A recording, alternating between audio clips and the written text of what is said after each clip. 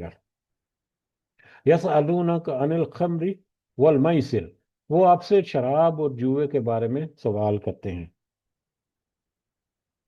شراب اور جوا، یہاں پر دو یہاں پر کیٹیگریز یہاں پر تذکرہ ہوئی، شراب اور جوا، اور سب سے اہم جو کیٹیگری ہے وہ یہاں پر شراب کے بارے میں، خمر کے بارے میں ہے کہ خمر جو ہے اس کے بارے میں آپ سے سوال کرتے ہیں۔ زمانہ جاہلیت کا اگر ہم دیکھیں تو زمانہ جاہلیت میں شراب اور جوا اور اس طرح کی بہت ساری جو برائیاں جو ہیں وہ عام تھیں، اور اس قدر عام تھی کہ ان کو گناہ ہی نہیں سمجھا جاتا تھا، ان کو بالکل معمول کی زندگی کے مطابق ایک حصہ جو ہے معمول کا وہ سمجھا جاتا تھا۔ لیکن جب لوگ ایمان لے کر آئے، مسلمان ہوئے، تو اپنی روزمرہ کی زندگیوں میں جب اپنی اپنی عادات اور اپنی خصلتیں اور اپنے دیگر معاملات کو جب دیکھتے، تو ان کو جب ڈاؤٹ ہوتا کہ ہمارا یہ عمل پتہ نہیں اچھا ہے یا برا ہے، تو اس کے بارے میں کلیریفیکیشن کرتے یا نبی کریم صلی اللہ علیہ وسلم سے اس کے بارے میں پوچھتے۔ تو اسی طرح سے شراب کے بارے میں بھی، شراب جو ہے اس کے ظاہری طور پر بھی بہت سارے ایسے سائیڈ ایفیکٹس ہیں جو ہمیں نظر آتے ہیں، تو لہذا شراب کے بارے میں اور جوئے کے بارے میں بھی، کہ کسی نے بہت زیادہ مال کما لیا اور کسی نے اس کو بالکل گنوا دیا اپنا مال، تو اس کے بارے میں نبی کریم صلی اللہ علیہ وسلم سے سوالات جو ہیں وہ کیے جاتے تھے۔ اس کا جواب اللہ تعالیٰ نے یہاں پر تذکرہ کیا کہ یہ آپ سے سوال جوئے اور شراب اور جوئے کے بارے میں پوچھتے ہیں۔ اب شراب اور جوا، یہ دونوں باتیں، اور خاص کر شراب جو ہے، یہ ایسی اس کی لت پڑی ہوئی ہے، یا ایسی اس کی عادت ہے، یا یہ ایک ایسا کبھی عمل ہے کہ جس کو اگر سڈنلی ایٹ ون سپاٹ اگر اس کو ختم کر دیا جائے تو وہ ممکن نہیں ہوتا کہ ایک ہی وار میں یا اچانک سے یہ شراب کو چھوڑ دیا جائے۔ اسی طرح سے نشے کے جو افراد دیگر ایسی ہیں، جیسے کہ ہیروئن وغیرہ، کوکین وغیرہ، ان کو بھی اگر دیکھا جائے تو ان کی ٹریٹمنٹ میں بھی سلولی سلولی ان کو گریجولی ریڈیوس کیا جاتا ہے ہاسپٹل وغیرہ میں جہاں پر ان کی ٹریٹمنٹ ہوتی ہے، تاکہ وہ آہستہ آہستہ سے ان کا جو جسم ہے وہ مطلب مدافعت پیدا کرے ایسی چیزوں، ایسے نشہ آور چیزوں کے بغیر رہنے کا۔ تو اس اعتبار سے اگر دیکھا جائے تو اللہ تعالیٰ کی ایک بہت بڑی حکمت جو ہے وہ ہمیں نظر آتی ہے کہ اس میں یہ شراب اور جوئے سے جو روکا گیا، تو اس کا ابتدائی حکم جو ہے وہ ان آیات میں ملا، اور ان آیات میں صرف اس کی ناپسندیدگی کا اظہار کیا کہ یہ شراب اور جوا جو ہے یہ تمہارے لیے کوئی اچھی بات نہیں ہے، اس میں گناہ جو ہے وہ زیادہ ہے اور اس کا فائدہ بہت کم ہے۔ گناہ اور فائدہ دونوں ہے اس میں، لیکن گناہ اس میں بہت زیادہ ہے بنسبت اس کے فائدے کے، تو لہٰذا اس میں ناپسندیدگی کا اظہار کیا گیا اس پرٹیکولر آیت میں۔ تو لہٰذا اس آیت میں ہم آج شراب اور نشہ کے حلال اور حرام ہونے کے بارے میں تھوڑی سی مختصر سی بات کرتے ہیں، اور کچھ اہم پوائنٹس ہیں جن کو ہم بیس بنا کر بعد میں آنے والی جب یہ موضوع جب بعد میں آئے گا تو اس وقت بھی ہم یاد دہانی کے طور پر ہم اس کو ریوائز کریں گے، اور پھر اس سے آگے جو ہے اللہ تعالیٰ کے احکامات جو ہیں ان کو ہم دیکھیں گے۔ بہرحال سورہ نساء اور سورہ مائدہ جو ہے ان میں شراب اور جوئے کی حرمت کے متعلقہ اور اس طرح کی اور بھی کچھ چیزوں کی حرمت کے متعلقہ ان کو حرام قرار دے دیا اللہ تعالیٰ نے، وہ جواب میں جا کے سورہ نساء اور سورہ مائدہ میں ہمیں ملے گا۔ تو بہرحال اگر یہاں پر ہم دیکھیں کہ خمر جو ہے اس کی تفسیر تو در حقیقت نبی کریم صلی اللہ علیہ وسلم نے خود ہی کر دی۔ خمر جو ہے اس کے بارے میں مختلف اوپینین پائے جاتے ہیں، مختلف طرح کی رائے پائی جاتی ہیں۔ لبرل قسم کے لوگ جو ہیں وہ کچھ پروٹیکٹ کرنے کے لیے یا کچھ راستے نکالنے کے لیے اس میں سے کچھ ایسی باتیں کرتے ہیں یا کچھ ایسے ہیلے بہانے جو ہے وہ پیش کرتے ہیں، جبکہ اگر ہم صحیح مسلم کی حدیث جو ہے، جو کہ حضرت عبداللہ بن عمر رضی اللہ تعالیٰ عنہما نے کوٹ کی یا روایت کی، اس کو اگر ہم دیکھیں تو ہمارے اوپر واضح ہو جاتا ہے کہ خمر کیا ہے۔ خمر کی جو تفسیر ہے، جب نبی کریم صلی اللہ علیہ وسلم نے خمر کے بارے میں کیا کہا، تو نبی کریم صلی اللہ علیہ وسلم نے اس صحیح مسلم کی اس روایت میں فرمایا، کل مسکرن خمر وکل خمر حرام، کہ سارے کے سارے جو نشہ آور چیزیں جو ہیں، ہر وہ چیز جو نشہ دیتی ہے وہ خمر ہے، اور خمر جو ہے وہ حرام ہے۔ ہر وہ چیز جو نشہ دیتی ہے وہ خمر ہے، اور خمر جو ہے وہ حرام ہے۔ یہ بہت واضح حدیث ہے جو کہ صحیح مسلم کی۔ اسی طرح سے صحیح بخاری میں ایک حدیث ہے جس میں نبی کریم صلی اللہ علیہ وسلم نے فرمایا، کل مسکرن حرام، کہ ہر طرح کا نشہ جو ہے وہ حرام ہے، ہر طرح کی کوئی بھی چیز جو نشہ دیتی ہے وہ حرام ہے۔ یہ صحیح بخاری میں اور صحیح مسلم میں ہر وہ چیز جو نشہ آور ہے وہ خمر ہے، اور ہر خمر جو ہے وہ حرام ہے۔ تو اس طرح سے ہمیں سنن نسائی اور ترمذی اور ابن ماجہ اور مسند احمد اور اس طرح احادیث کی دوسری جو کتابیں ہیں ان میں بھی اسی طرح کے الفاظ جو ہیں وہ ہمیں خمر کے بارے میں ملتے ہیں۔ تو ان احادیث کو ہم جب سامنے رکھیں تو ہمیں پتہ چلتا ہے کہ خمر جو ہے وہ حرام ہے، ٹھیک ہے۔ اور خمر کیا ہے؟ خمر دراصل عربی ایک لفظ ہے جس کا مطلب ہوتا ہے ڈھانپنا یا چھپا دینا یا کور کر دینا، یا کسی چیز کو، کسی چیز کے اوپر چھا جانا۔ یہ خمر کا یعنی اصل معنی جو ہے۔ اس اعتبار سے اگر ہم دیکھیں تو کوئی ایسی چیز جو انسان کو اس کا جو ذہن ہے یا اس کا جو سیلف کنٹرول ہے، اس سیلف کنٹرول کو انسان کے اوپر جو کنٹرول حاصل کر لے، انسان کے اپنے اوپر جو اس کا کنٹرول ہے اس کو وہ لوز کر دے، اور وہ اپنا کنٹرول جو ہے وہ کسی دوسری چیز کے ہاتھ میں، یا آؤٹ آف کنٹرول جس کو ہم کہتے ہیں، اگر ایسی سچویشن ہو جائے تو یہ چیز جو ہے، یہ خمر کا اثر جو ہے یا خمر کی کیفیت جو ہے وہ اس میں ہمیں نظر آتی ہے۔ یعنی کوئی بھی ایسی چیز جو انسان کی عقل کو، اس کے اپنے کنٹرول کو معاف کر دے اور اس کو اپنے حواس سے باخر کر دے، تو ایسی ہر چیز جو ہے وہ خمر ہے، جس کو ہم عام طور پر اردو زبان میں جس کو ہم نشہ کہتے ہیں، نشہ آور چیز۔ تو اس اعتبار سے اگر دیکھیں تو ہر وہ چیز جو نشہ آور ہے وہ حرام ہے، وہ خمر ہے اور وہ حرام ہے۔ بعض لوگوں نے صرف انگور کی شراب کو خمر قرار دیا ہے، جیسا کہ میں نے تذکرہ کیا ہم نے کہ لبرل طرح کے لوگ جو ہیں وہ کچھ ایسے درمیانی راستے تلاش کرنے کی کوشش کرتے ہیں، تو وہ خمر کہتے ہیں جی خمیر سے ہے، اور خمیر جو ہے وہ اٹھتا ہے وہ انگور سے۔ جب شراب بنائی جاتی ہے وہ مطلب کنونشنل میتھڈ جو ہے یا پرانے طریقے جو ہیں اس طریقے سے، تو اس سے جو اس کے نتیجے میں جو مطلب پروڈکٹ تیار ہوتی ہے وہ خمر ہے، اور وہ خمر جو ہے وہ اور الگ چیز ہے۔ آج کل کے الکوہل جو ہے وہ ایک الگ طرح سے تیار ہوتی ہے، اس کے تیاری کے طریقے یا اس طرح سے کوئی مطلب اپنے توضیحات پیش کرتے ہیں، جبکہ کس طرح سے تیار ہوتی ہے یا وہ کیا پروڈکٹ ہے، وہ اس کی مطلب کیا اس کی پیکنگ ہے، اس سے کوئی لینا دینا ہی نہیں ہے۔ صرف سمپل سی بات ہے کہ کیا وہ انسان کے ذہن کے اوپر، کیا وہ انسان کی عقل کے اوپر اثر انداز ہو کر اس کو آؤٹ آف سینسز کر دیتی ہے۔ اگر اس ٹیسٹ کے اوپر وہ پوری اترتی ہے کوئی بھی چیز، تو وہ خمر میں داخل ہوگی اور وہ اسی طرح سے حرام ہو جائے گی۔ جیسا کہ صحیح بخاری کی حدیث ہے کہ لوگ جو ہیں وہ کس طرح سے ہیلے بہانے تراش کریں گے، جو نبی کریم صلی اللہ علیہ وسلم نے تو پہلے ہی اپنی زندگی میں اس کے بارے میں مسلمانوں کو آگاہ کر دیا کہ دیکھو مسلمانوں، کوئی لبرل قسم کے لوگ جو ہیں وہ تمہیں اس طرح سے الفاظ کے ہیر پھیر سے تمہیں ہو سکتا ہے کچھ راستے میں ہٹا دیں۔ بخاری کی حدیث حضرت ابو مالک اشعری رضی اللہ تعالیٰ عنہ بیان کرتے ہیں، رسول اللہ صلی اللہ علیہ وسلم نے فرمایا میری امت میں سے کچھ لوگ ایسے ہوں گے جو عورتوں کی شرم گاہوں کو اور ریشم کو اور خمر کو یعنی شراب کو اور باجوں کو، یہ بینڈ باجا جو شادی بیاہ پر بجائے جاتے ہیں، اور باجوں کو حلال کر لیں گے۔ کچھ لوگ ایسے ہوں گے میری امت میں جو عورتوں کی شرم گاہوں کو، ریشم کو، خمر کو اور باجوں کو حلال کر لیں گے۔ تو اپنی مرضی سے اپنی توضیحات پیش کر کے اپنے طرف سے ایکسپلینیشن دے کر کچھ چکنی چپڑی باتیں لگا کر لوگوں کو قائل کر لیں گے کہ یہ حلال ہیں، در حقیقت وہ حلال نہیں، وہ حرام ہے۔ اللہ تعالیٰ نے ان کو حرام قرار دیا ہے تو وہ حرام ہی رہیں گی۔ اسی طرح سے ابو داؤد کی ایک اور حدیث ہے، یہ بھی حضرت ابو مالک الاشعری کے نے ہی روایت کی ہے، رسول اللہ صلی اللہ علیہ وسلم نے فرمایا میری امت کے کچھ لوگ خمر پیئیں گے اور اس کا نام کچھ اور لکھ لیں گے۔ تو اگر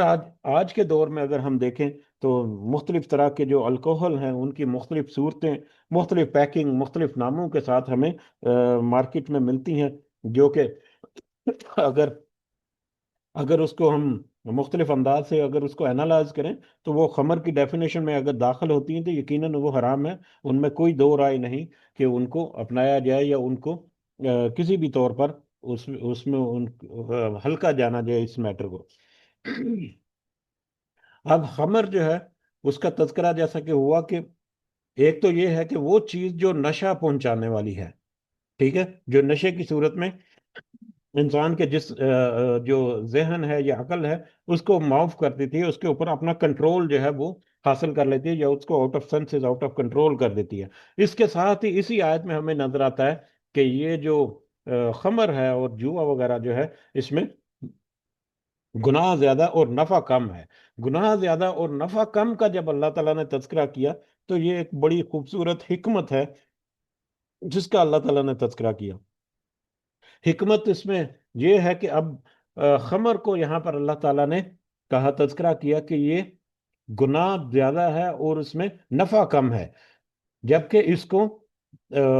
خنزیر کی طرح نجس اور ناپاک نہیں اللہ تعالیٰ نے کہا۔ اللہ تعالیٰ نے شراب کو نجس اور ناپاک نہیں کہا کہ اس سے دور ہٹ جاؤ، یہ تو نجس اور ناپاک ہے، بلکہ اس کے گناہ اور اس کے فائدوں کو کمپیریزن کر کے اللہ تعالیٰ نے کہا کہ اس کے گناہ بہت زیادہ ہیں، فائدے اس میں بالکل معمولی ہیں، لہذا تم سے ان سے اجتناب کرو تو یہی تمہارے لیے بہتر ہے۔ اگر ہم اس حکمت کو ہم دیکھیں تو آج ہم الکوہل سے تیار ہونے والی بہت ساری چیزیں ایسی ہیں جو کہ مختلف انداز سے ہم استعمال کرتے ہیں، خاص کر میڈیسنز میں، خاص کر انڈسٹریل یوز جو ہے اس کا بہت زیادہ عام ہے اس کا انڈسٹری میں۔ اسی طرح سے عطر وغیرہ، خوشبوؤں وغیرہ جو ہے ان میں بھی الکوہل جو ہے وہ اس کا استعمال ہوتا ہے۔ الکوہل جو ہے وہ بہت زیادہ جلدی ایواپوریٹ ہو جاتا ہے اور خوشبو کے ذرات جو ہے وہ واپس کپڑے وغیرہ پر چپکے رہتے ہیں، جس کی وجہ سے وہ خوشبو جو ہے وہ مطلب قائم رہتی ہے۔ تو اس اعتبار سے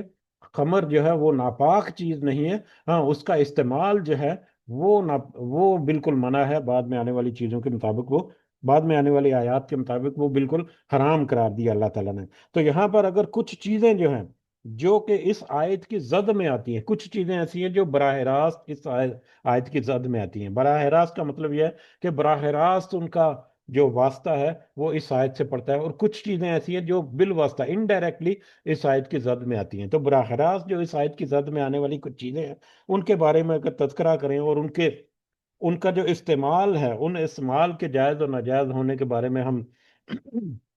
ایک سمپل سا قانون جو اللہ تعالیٰ نے یہاں پر لکھا کہ اس کو گناہ زیادہ اور اگر نفع کم ہے تو اس کو ہمیں چھوڑنا چاہیے۔ تو اس میں سب سے پہلے تو الکوہل کا عالمی تذکرہ ہو رہا ہے شراب کے بارے میں۔ تو شراب یا الکوہل کی کچھ قسمیں تو ایسی ہیں جو بالکل حرام ہیں، جن کے تو قریب بھی جانا جو ہے وہ مسلمانوں کے لیے یا بلکہ انسانوں کے لیے، نو انسانی کے لیے وہ مناسب نہیں ہے، جو کہ صرف ہے ہی ہے مطلب گناہ کی گناہ ہے، جو کہ ہے ہی گناہ گناہ ہے۔ اس کی بہت ساری شکلیں ہمارے سامنے آتی ہے، وائن ہے، بیئر ہے، وسکی ہے، ودکا وغیرہ ہے، یا اس طرح کے مختلف نام جو ہیں۔ اسی طرح سے نان الکوہلک بیئر کر کے بھی کچھ مارکیٹ میں چیزیں ہیں۔ اب اس کے بارے میں اختلاف جو ہے وہ ہم کر سکتے ہیں کہ اس میں سے نشے کی چیز جو ہے اس کو نکال دیا جاتا ہے اور اس میں بیئر کا اثر جو ہے ہو سکتا ہے وہ تاثیر وغیرہ یا اس کا جو مطلب اس کی مطلب انرجی جو ہے اس کو اس میں سے رکھا جائے، تو اس کنسپٹ کے مطابق انہوں نے نان الکوہلک بیئر جو ہے وہ اس کا نام لکھ دیا گیا۔ لیکن ایسی مشروبات کا استعمال کرنے میں ہمیں ضرور احتیاط جو ہے اس میں اپنانی چاہیے۔ اسی طرح سے الکوہل کی کچھ قسمیں ایسی ہیں جن کو میتھیلیٹ کر دیا جاتا ہے، میتھیلیٹڈ الکوہل جو ہیں، جو کہ مطلب طبی میڈیسنز میں یوز ہوتا ہے، جیسا کہ اسپرٹ جس کو ہم کہتے ہیں، اسپرٹ جس سے زخم وغیرہ صاف کرتے ہیں، وہ در حقیقت 99% سے زیادہ اس میں الکوہل ہوتا ہے، لیکن 1% یا کچھ 1% کا کچھ حصہ جو ہے اس میں زہر آلود کچھ کیمیکل جو ہیں وہ ایسے ملا دیے جاتے ہیں جس کی وجہ سے وہ ڈائریکٹ اس کو پینا جو ہے وہ ممکن نہیں رہتا، وہ زہر بن چکا ہوتا ہے۔ وہ 99% جو ہے یا اس سے بھی زیادہ پرسنٹیج ہے وہ الکوہل ہوتی ہے، جو کہ بہت جلدی زخم کو صاف بھی کرتی ہے اور زخم کو تھوڑا سا مطلب اس کو اس اس کو کنٹرول کرنے میں وہ بڑی مددگار ہوتی ہے۔ اینٹی سیپٹک جتنے ہیں ان میں اکثر جو ہے وہ الکوہل کی ایک بڑی مقدار جو ہے وہ پائی جاتی ہے۔ اسی طرح سے انڈسٹری میں اس کا استعمال جو ہے وہ مختلف انداز میں ہوتا ہے۔ کچھ بہت سارے ایسے کیمیکلز ملتے ہیں جو کہ کچھ آئلی پروڈکٹس وغیرہ ہیں یا چکنی چیزیں جو ہیں ان کو صاف کرنے کے لیے استعمال ہوتے ہیں، تو ان میں بھی الکوہل کا استعمال ہوتا ہے۔ تو الکوہل کے مختلف طرح سے استعمال ہوتے ہیں۔ اس سے ہمیں اندازہ کرنا چاہیے کہ اللہ تعالیٰ نے یہاں پر کتنی بڑی حکمت کے ساتھ یہ آیت کے الفاظ اللہ تعالیٰ نے یہاں پر تذکرہ کیے کہ یہ تمہارے لیے نجس اور ناپاک کا تذکرہ نہیں کیا، بلکہ فائدے اور نقصان کا تذکرہ کیا ہے کہ فائدے جہاں پر تمہیں تھوڑے بہت اگر مل جائے تو اس کا تم فائدہ اٹھا سکتے ہو، لیکن اس کا نقصان زیادہ ہے، لہذا تم اسے اجتناب کرو ان نقصانات کے بارے میں۔ اسی طرح سے ہم آگے چلیں، اگر دیکھیں تو حشیش ایک ہے جس کو ہم چرس بھی کہتے ہیں، تو اس کا استعمال جو ہے وہ میڈیسنز میں ہوتا ہے، لیکن اگر اس کا استعمال جو ہے وہ نشہ کرنے کے لیے کیا جائے تو یقیناً وہ حرام ہے۔ اسی طرح سے اوپیم، جس کو افیون ہم کہتے ہیں، اوپیم کا استعمال جو ہے وہ درد کم کرنے والی یا درد کو کنٹرول کرنے والی ادویات جو ہے ان میں ہوتا ہے، لیکن اس کو اگر نشہ کے طور پر استعمال کیا جائے اوپیم کو تو یقیناً یہ حرام ہے۔ اسی طرح سے ہیروئن جو ہے اور کوکین جو ہے، یہ بھی دماغ کے اوپر شدید طرح کے اثرات ڈالتی ہیں اگر ان کو ڈائریکٹ کنزیوم کیا جائے یا ان کا بائی پروڈکٹ کسی طرح سے ڈائریکٹ کنزیوم کیا جائے۔ ہاں، ان کو بھی اگر مطلب ڈیلیوٹ کر کے میڈیسنز کے طور پر استعمال کیا جائے تو وہ یقیناً جو ہے اللہ تعالیٰ اس کی اجازت دیتے ہیں، جو کہ ہمیں پتہ چلتی ہے۔ اسی طرح سے شیشہ آج کل کی نئی ایک چیز جو بڑی مشہور ہے، جو کہ بہت عام بھی ہے اور جگہ جگہ پر پائی جاتی ہے، پاکستان میں بھی افسوس کے ساتھ بلکہ ہر جگہ پر اس میں شیشے کی بھی بہت ساری قسمیں اب ہیں۔ واللہ عالم، میں نے اس کے اوپر زیادہ تحقیق نہیں کی، لیکن شیشہ جو ہے وہ بھی انسان کے ذہن کے اوپر اثر انداز ہوتا ہے، لہذا اس کو بھی اس کیٹیگری میں رکھا گیا ہے۔ اسی طرح سے شیشہ جو آئس جسے کہتے ہیں، اور دیگر کچھ ڈرگز ہیں یا سیڈیٹیوز ہیں یا نارکوٹکس ہیں، وہ بھی دوائی کے طور پر استعمال ہوتی ہیں۔ تو اگر وہ دوائی کے طور پر استعمال ہوں تو وہ اس طرح سے اس کا مناسب ہے، لیکن اگر وہ نشہ کرنے کے لیے، جیسا کہ تذکرہ ہوا، نشہ کرتے ہیں جو لوگ، یا جیسے کہ ہیروئن وغیرہ یا کوکین وغیرہ، تو ان کا ٹریٹمنٹ جو ہے اس میں بھی پھر وہ ڈیلیوٹ کر کے یا بہت ہی کم مقدار میں تھوڑا تھوڑا جو ہے اس کو چھڑایا جاتا ہے۔ وہ نشہ چھڑانے کے لیے ہلکی مقدار جو ہے وہ اس میں دی جاتی ہے، اور آہستہ آہستہ اس کو کم کرتے کرتے اس مقدار کو زیرو پر لایا جاتا ہے تاکہ اس کا جسم جو ہے وہ مدافعت پکڑ سکے، اس کے بغیر رہنا سیکھ سکے۔ تو یعنی وہ خمر یا یہ ایسی چیزیں ہیں جو کہ ایسے جکڑ لیتی ہیں، نہ صرف وقتی طور پر ذہن کو ایسے جکڑ لیتی ہیں بلکہ مستقل طور پر ان کا اثرات ایسا ہوتا ہے کہ کچھ عرصہ اگر وہ ان کو نہ ملیں، ان کو وہ شراب وغیرہ اگر نہ ملے یا وہ نشہ وغیرہ اگر نہ ملے تو ان کا جسم ٹوٹنے لگتا ہے اور وہ مطلب تڑپنے لگتے ہیں، اور اس کے بغیر ان کا زندہ رہنا جو گویا کہ ممکن نہیں رہتا۔ اور ایسی مثال جو ہے ہمارے سامنے ایک کچھ ہی عرصہ پہلے میرے ساتھ بھی پیش آئی۔ کمپنی میں ایک ڈرائیور تھا، افسوس کے ساتھ کہ وہ مسلمان تھا، وہ اس طرح سے وہ کچھ معاملات میں تھا، وہ شراب کے نشے وغیرہ میں، اور اس قدر زیادہ تھا۔ وہ کچھ لوگ جو اس کے ساتھ رہتے ہیں وہ کچھ جانتے تھے، اس کو وارننگ شارننگ بھی دی، لیکن وہ اس قدر زیادہ تھا کہ وہ ڈرائیور تھا، وہ تو ڈرائیونگ کرتے کرتے اچانک وہ اس کے مطلب ایک دن پہلے، بلکہ ایک دن پہلے جب یہ واقعہ ہوا اس سے ایک دن پہلے مجھے جب اس کا پتہ چلا تو میں نے اس کو بلایا اور اس کو اس قدر ڈانٹ ڈالی میں نے، اور اس کو اس قدر شرم دلائی کہ یار تم مسلمان ہو، مسلمان ہو کر تمہارے تو یہ معاملات کرتے ہو۔ پہلے بھی کافی وارننگ دی تھی اسے، تو وہ اس نے نا اچانک کہہ لیں کہ شاید اس کا اثر لیا اس نے یا کیسے، تو اس نے وہ چھوڑ دیا۔ اس کے لیے پیسہ بھی چاہیے ہوتا ہے، ڈرائیور کی سیلری ویلری کتنی ہے، بالکل معمولی سی، تو شاید پیسہ نہیں تھا۔ بہرحال جو بھی کیفیت تھی، اس نے دو تین جو ہے وہ شراب جو ہے وہ یوز نہیں کی، اس قدر وہ انٹاکسیکینٹ تھا کہ اس نے شراب استعمال نہیں کی۔ وہ گاڑی چلاتے چلاتے اچانک اس کی منہ سے جھاگ آنا شروع ہو گئی اور کچھ ایسی سچویشن ہو گئی، اور بس اللہ نے کرم کیا اور وہ بچ گیا۔ مطلب سائڈ پہ گاڑی لگائی، وہاں پر ایمبولینس وغیرہ کال کری، ہمیں یہ لگا کہ اس کے اوپر جیسے مرگی کا دورہ وغیرہ پڑتا ہے، تو اس طرح سے کوئی سچویشن ہوئی ہے، لیکن جب ہمیں میڈیکل رپورٹ ملی تو اس سے پتا چلا کہ نہیں، یہ مرگی وغیرہ کا دورہ نہیں، یہ اس نے انٹاکسیکینٹ تھا، اس میں اس قدر وہ شراب کا عادی تھا، اچانک اس نے چھوڑ دی ہے یا اچانک اس کے اوپر ایسا ہوا ہے جس کی وجہ سے اس کا مطلب نروس سسٹم جو ہے وہ کہہ لیں کہ ڈسٹرب ہوا ہے، اور وہ اس طرح کی کیفیت میں چلا گیا۔ تو ہمیں اس طرح کی ان چیزوں سے اندازہ بھی ہوتا ہے کہ کس طرح سے اللہ تعالیٰ نے حکمت کے ساتھ یہ آیت میں اس کو گریجولی، پھر بعد میں آنے والی آیات میں گریجولی اس کو یہاں سے مطلب اس کے بالکل حرام ہونے کا اللہ تعالیٰ نے حکم قرار دیا۔ اب یہ تو چیزیں ہیں وہ براہ راست چیزیں جن کا تذکرہ ہوا جو کہ انسانی ذہن کے اوپر اثر انداز ہوتی ہیں، لیکن کچھ چیزیں ایسی ہیں جو انڈائریکٹلی انسانی ذہن کے اوپر اثر انداز ہوتی ہیں، اور وہ بھی اگر علماء کے فتوے دیکھے جائیں تو وہ بھی اس کیٹیگری میں یا اس آیت کی زد میں آتی ہیں، حرام کی زد میں آتی ہیں۔ اس میں سب سے بڑی مثال جو ہے وہ ہمیں سگریٹ کی نظر آتی ہے، کہ سگریٹ کے بارے میں اگر ہم دیکھیں تو سگریٹ کو ٹیکنیکلی اگر دیکھا جائے تو سگریٹ میں نکوٹین پایا جاتا ہے، اور نکوٹین ایک ایسا کیمیکل ہے جو دماغ پر اثر کرتا ہے، جو کہ ایڈکٹیو ہوتا ہے، ایڈکٹیو یعنی ایڈکشن پیدا کرتا ہے۔ جس طرح سے خمر یا شراب ہے، اسی طرح سے سگریٹ نوشی جو ہے وہ بھی ایڈکٹیو کر دیتی ہے، وہ بھی اس قدر عادی بنا جاتی ہے کہ وہ سگریٹ کو چھوڑنا جو ہے وہ اس کے لیے مشکل ہو جاتا ہے، جس کی وجہ سے وہ بے چینی، اگر وہ کوشش کرے سگریٹ نہ پیے اپنی روٹین کے مطابق، تو بے چینی، گھبراہٹ اور چڑچڑاہٹ اس میں پیدا ہو جاتی ہے۔ اگر آپ نے رمضان کے مہینے میں دیکھا ہو کہ وہ سگریٹ کے عادی افراد جو ہیں، جو بڑا چین سموکنگ کرتے ہیں، جب بہت زیادہ تمباکو نوشی کرتے ہیں، ان کی طبیعت جو ہے وہ بڑی بڑی چڑچڑی رہتی ہے پورا مطلب روزے کا جو پیریڈ ہے اس کے دوران، اور جیسے ہی روزہ افطار ہوتا ہے وہ مطلب روزہ افطار کرنے کے ساتھ ہی سب سے پہلے ان کا کام جو ہے وہ سگریٹ کے دھوئیں اڑانا ہوتا ہے۔ اللہ تعالی ہم سب کو ایسی کسی بھی بیماری سے محفوظ رکھے۔ تو یہ ایسی ایڈکشن جو پیدا ہوتی ہے، اور اس طرح سے یہ بھی اسی کیفیت کو جنم لیتی ہے جو کہ شراب اور خمر جو ہے اس کی اس صورت میں ہے۔ ورلڈ ہیلتھ آرگنائزیشن جو ہے، ہمارا جو عالمی ادارہ صحت ہے، اس نے اس کے مطابق بھی نکوٹین نکوٹین جو کہ سگریٹ میں پائی جاتی ہے، تمباکو میں پائی جاتی ہے، nicotine is one of the most addictive substance known, comparable to heroin اور کوکین۔ تو یعنی ورلڈ ہیلتھ آرگنائزیشن کے مطابق بھی نکوٹین جو ہے وہ جس طرح سے ہیروئن اور کوکین اثر انداز ہوتی ہے انسانی ذہن کے اوپر اور اس کو جکڑ لیتی ہے، عادی بنا لیتی ہے، اسی طرح سے نکوٹین بھی ہے۔ تو اس اعتبار سے اگر دیکھیں تو ہمارے یہ جو ادارے ہیں وہ بھی اس چیز کی گواہی دیتے ہیں کہ یہ سگریٹ نوشی جو ہے یہ بھی خمر میں شامل ہوتی ہے۔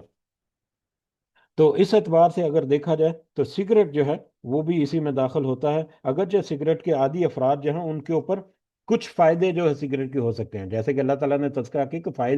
فائدے کم، نقصان زیادہ ہے۔ تو سگریٹ نوشی کے کچھ فائدے، جن کا عام طور پر ہم فائدہ اس کو ہم کاؤنٹ نہیں کریں گے، لیکن یہاں پر تذکرہ کرنے کے لیے جو سگریٹ نوشی کرتے ہیں ان کے اوپر یہ جو بے ہوشی کرنے والی ادویات جو ہیں وہ تھوڑا سا کم اثر کرتی ہیں، کیونکہ وہ نکوٹین جو ہے وہ اس قدر کنزیوم کرتے ہیں کہ وہ ان کا ذہن جو ہے اس کو دوسری ادویات جو ہیں اس کا اثر جو ہے وہ کم ہو جاتا ہے۔ تو بس ایک اس طرح کا ایک آدھ فائدہ ہوگا، اس کے علاوہ تو کوئی ایک فائدہ نہیں ہے جو کہ سگریٹ کا ہمیں